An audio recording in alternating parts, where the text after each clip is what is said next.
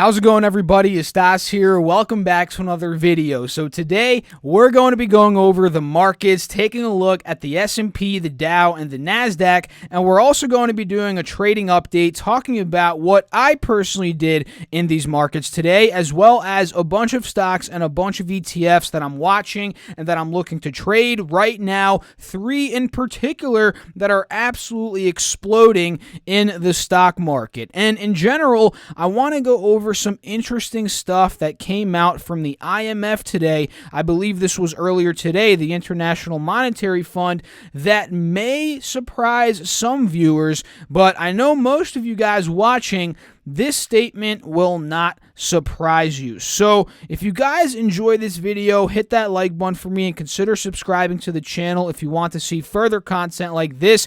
And don't forget to join our Discord chat linked down below in the description box, as well as our Facebook group. Those are 100% free of charge to join. So the S&P just closed literally 2 minutes ago, up $84, up 3.06%. And I don't try to toot my own horn on the channel here, but we did call this out in yesterday's video. We pointed out how the close in terms of technicals on the S&P was extremely bullish yesterday. And why was that? Why was that, Stas? Well, you guys can see here on the 5-day, 5-minute chart, on the 9th of April, we popped up. That was on Thursday before the long weekend. We popped up. We hit a high at about 28.20, and then we pulled down heading into Monday, yesterday, where we saw that red day, and we held 27.30, 27.40, which if we pull the chart back a bit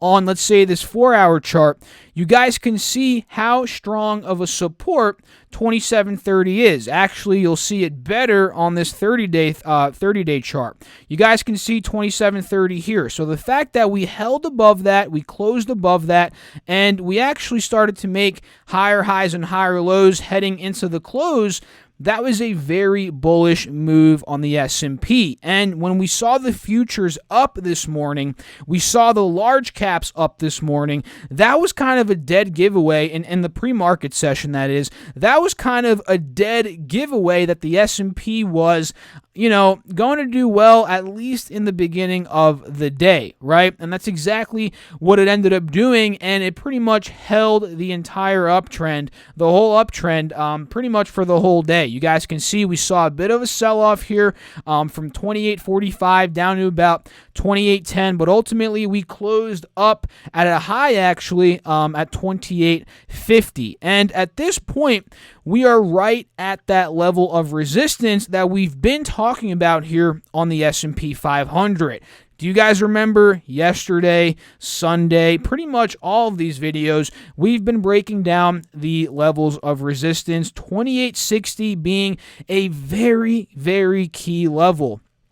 Because a couple months ago, from August to October, we held that multiple times, 5 different times, and the fact that we're trading under it now, that makes it a resistance. So watch this level tomorrow. I have a feeling we're going to test it, and we're also getting very close to that 180 SMA on this 4-hour chart, which, not saying we're going to get rejected there. Obviously, I can't tell the future here, but we can see we did get rejected there a couple weeks ago before we saw that massive drop in the market. So this could be a pretty strong resistance, needless to say, on the S&P 500, right at around 28.60 to about 28.80. And when it comes to the Dow Jones today, ended up going up 558 points, just like the S&P, closing under a pretty solid resistance at 24,200, 24,100.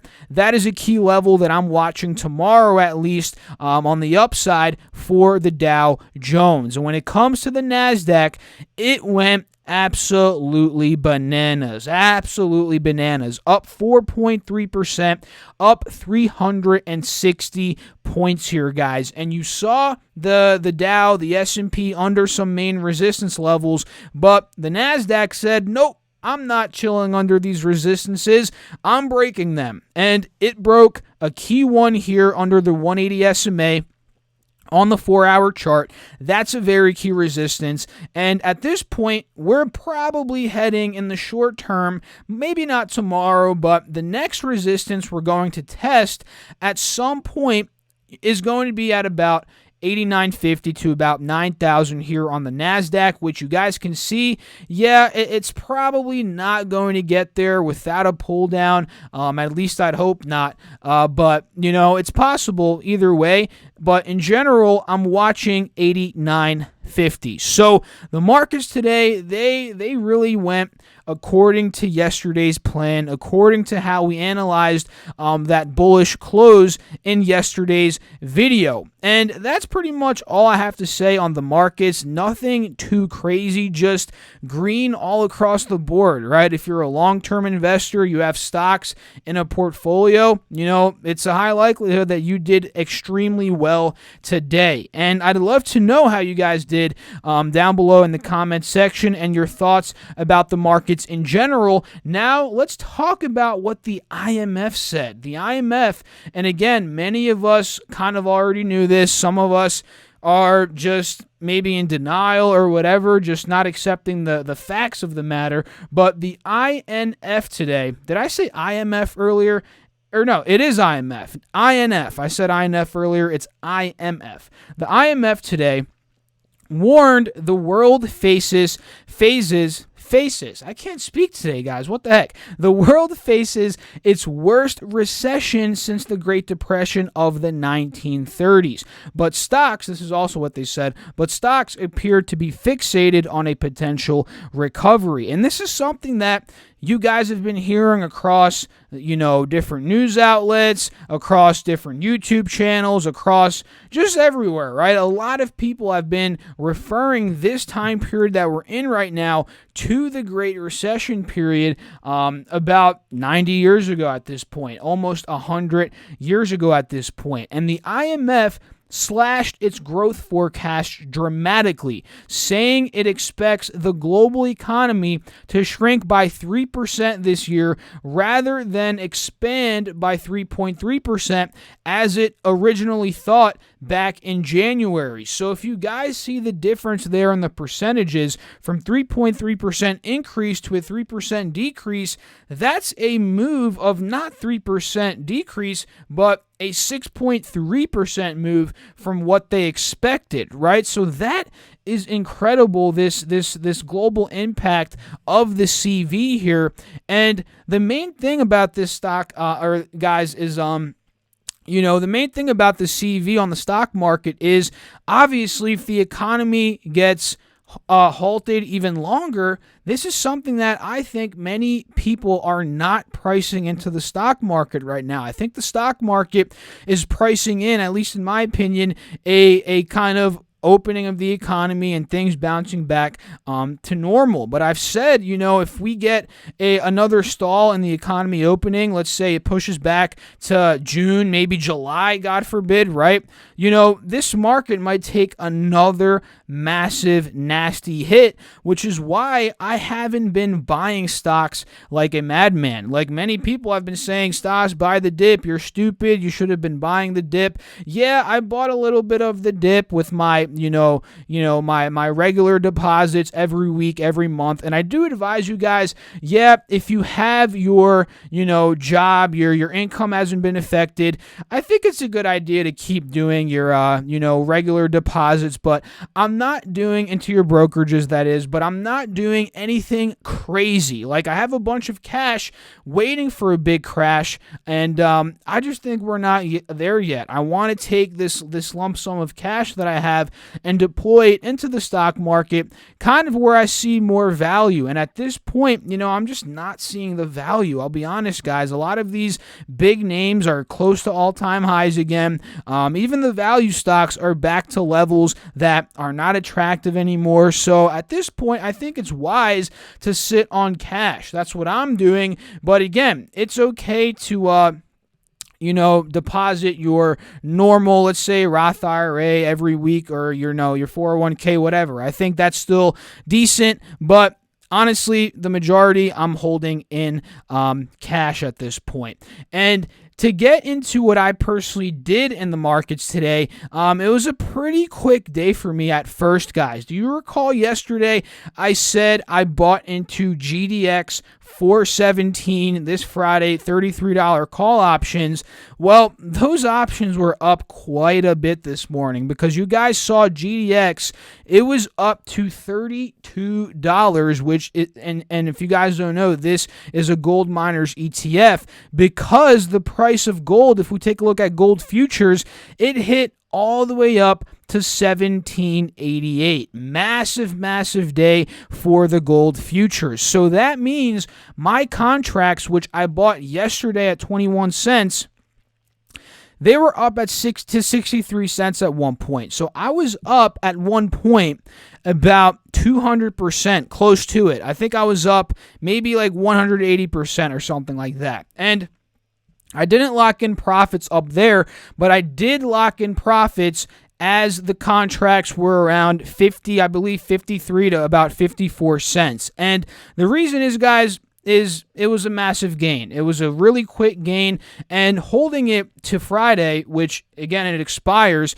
it's a bit risky, right? It's the longer I wait holding the option, the riskier it is. So I figured I'm up now, up about 150%. Let me just lock this profit in. Let me not let the time decay get me, and especially if GDX falls tomorrow, let me just lock it in. And that's exactly what I ended up doing. And if you guys were in the Discord chat earlier, I actually called out GDX again. And again, that Discord chat is linked down below in the description box.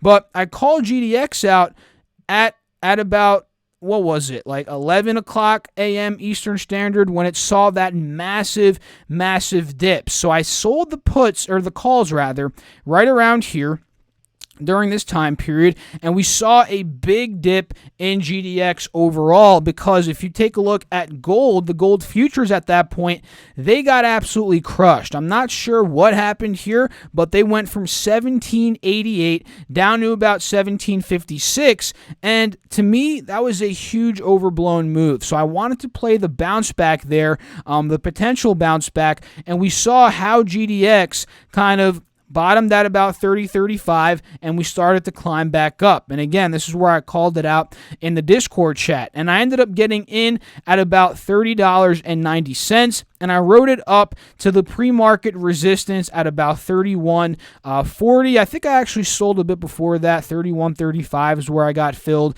So either way, it was a pretty solid day today, trading what I planned out from the previous day. And like I say in these videos, guys, I don't wake up and just throw money at random stuff. I did the research, right? I planned this out from the previous couple of days, and I'm simply executing on what I ended up planning out. And at this point, GDX is actually looking like an interesting play, maybe even tomorrow at $29.50, maybe $30 flat again. And as gold in general maybe tests this uptrend trend line that we're seeing on this hourly chart. So at this point, guys, that is all I did today. Another solid day, in the markets today.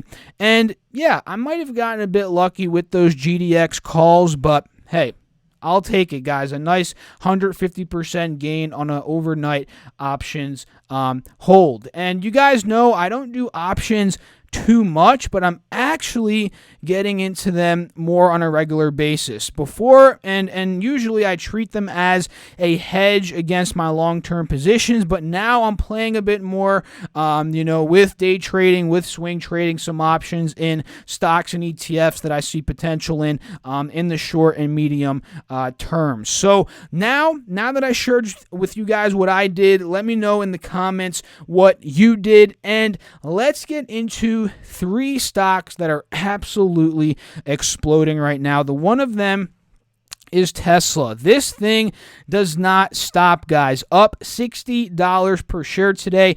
It was up to $741 at one point, and you can see it closed under $710, so we were up $30 more from where it closed, meaning it had to have been up about 13 to 15% at its peak today, which is absolutely incredible. So breaking down Tesla on a technical basis, am I getting in at this point here? No, I think the move has been missed. I said that yesterday, I think, and honestly, it obviously had more left in the tank, but still, judging on the technicals, it's a bit overbought here. I see a lot more potential in some other stocks, and for me to get into it, I would honestly need to see a pull down to about maybe 650 would be a bit extreme. 650 being a key level of support here that you are seeing. But in general, on the hourly chart, yeah, 650 makes sense. You guys can see it. If we pull down 650 roughly,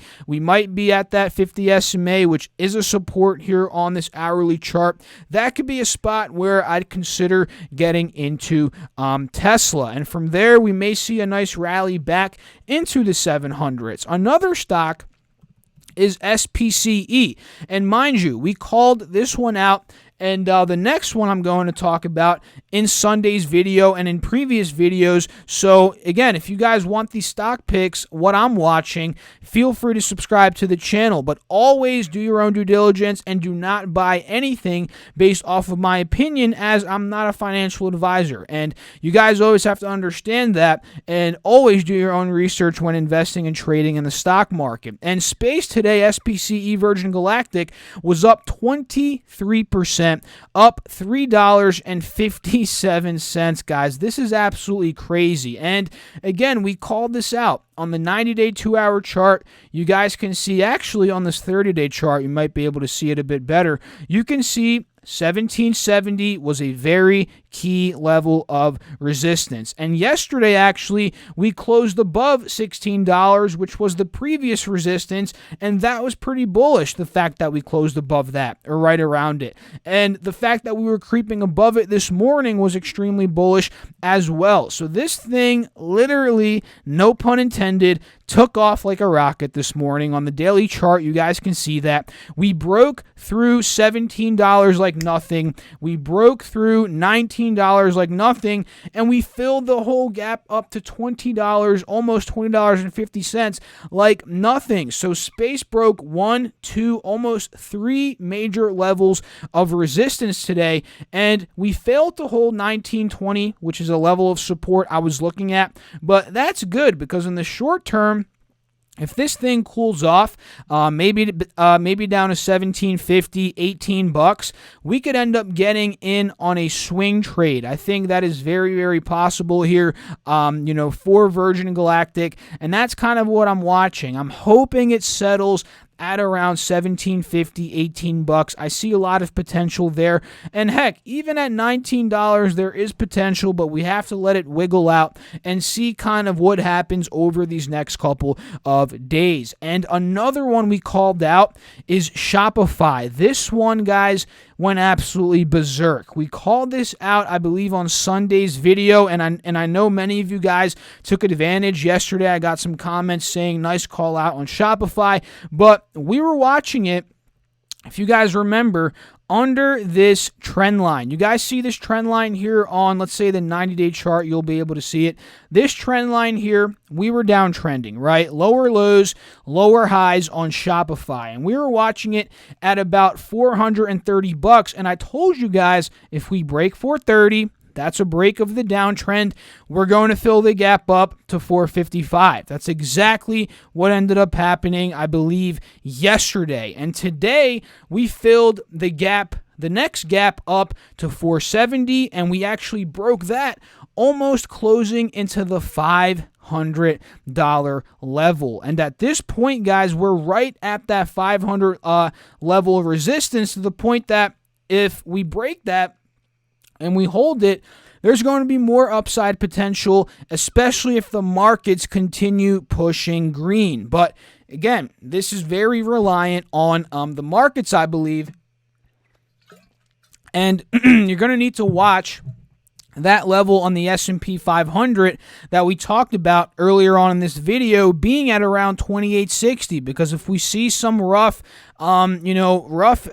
resistance is there, or rather, if we see a rough time at that resistance, we may be coming down in terms of, a lot of the larger cap stocks as well, which does, at the end of the day, include stocks like Shopify, right? And JP Morgan announced earnings today. If you guys saw earlier today, they didn't do too well in terms of the price of the stock, down about 3% today on a solid green day overall, down almost $3. So this didn't do well compared to the market. They actually reported abysmal EPS of 78 cents per share versus the $1.84 estimated, with sales of 29.7 or 07 billion rather versus the 29.55 estimated. So JP Morgan kind of flopped there on EPS, but sales still came in line.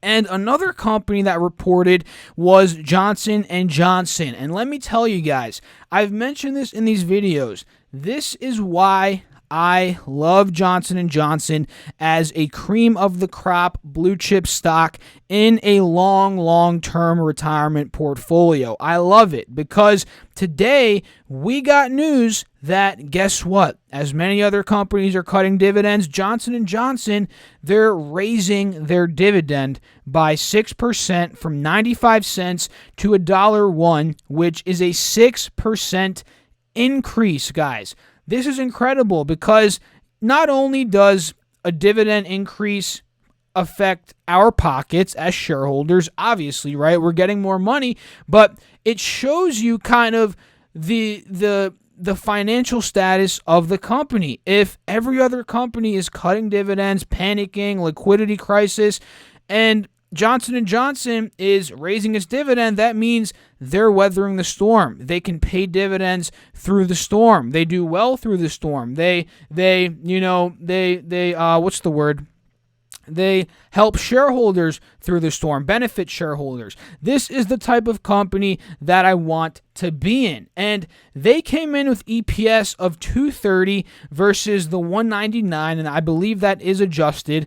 And sales came in at $20.69 billion versus $19.44 billion estimated. So incredible report, on the surface here for Johnson & Johnson, and that dividend increase is incredible and why I just love having it as a cream of the crop investment. And a bunch of other stocks that did great today, guys. Microsoft up almost $10, up about 5%, absolutely incredible. Apple did a 5% move to the upside today, up $14 per share here. Some of the other FANGs, Facebook up about almost $3.50 today, up almost 2%. What was here? Netflix had an incredible day, up $17. And at this point, guys, up about 4%. And at this point, you can see what I'm saying. You can see that a lot of these mega tech names, they're not affected anymore in terms of their price. They're almost at all-time highs. So, buying into this market, thinking, oh man, we're getting an amazing deal in this market right now, I'm just not buying it. I don't think there's a lot of potential. Again, just zoom out a bit on these charts. I advise you guys to do this, right? I don't advise you to buy stocks. I'm not a financial advisor, but I do advise you to look at some of these charts. Have these companies really fallen to the point that, we're at a bargain level? Absolutely not. You can see Amazon, they hit an all-time high today. This is incredible. $22.92 today, almost $2,300. Look at Amazon or Apple's chart on the 3-year week. So if you guys, understand previous recessions, not saying that this is the bottom. I'm not saying this is the bottom. I hate when people try and debate that, although it is fun debating. But if you've seen previous recessions, and how badly the market did, and especially in the depression, like the IMF is comparing the situation to, there's a lot more downside in stocks if it does end up being like the depression. There's just no way that companies like Amazon, Apple, are at all-time highs pretty much. That's incredible. And you have to realize when these companies, if these companies do collapse, that's going to be terrible. And by collapse, I mean not 80% drop, but let's say they cut in half or 40%, 30% to the downside. We're going to see the S&P completely crumble, the NASDAQ crumble, because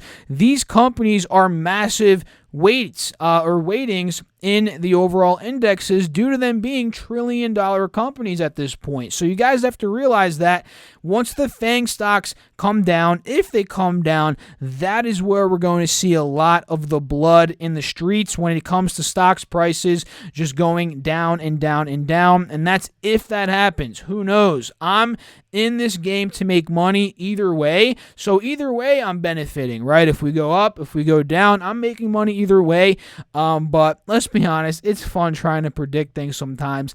And I'd love to know your thoughts down below in the comments. So overall, guys, those are a bunch that I'm watching. Like I said yesterday, I'm watching a bunch of these gold stocks, these silver stocks. That hasn't changed. I still see a lot of potential in those, and I'm looking at gold's price for tomorrow to potentially make a move. Maybe not to the 1800s, but maybe to see a test back to 1780, 1770, and at that point, we may get another nice move in GLD, GDX, and some of these minor stocks that I do have here on my watch list. So if you guys enjoyed this video, hit that like button for me, consider subscribing to the channel, and don't forget to actually claim 2 free stocks from Webull, valued up to $1,400. All you have to do is use my affiliate link down below in the description box and deposit $100, and you get those 2 free stocks, again valued up to $1,400. And that is actually on Webull, where I personally trade options, and I love the platform for options, for charting. In general, I think it's a fantastic platform that many of you guys should definitely check out. And again, that's linked down below in the description box. I'll catch you all in the next video. Thanks for watching. As always, stay safe out there, guys. Peace out. How's it going, everybody? It's Stas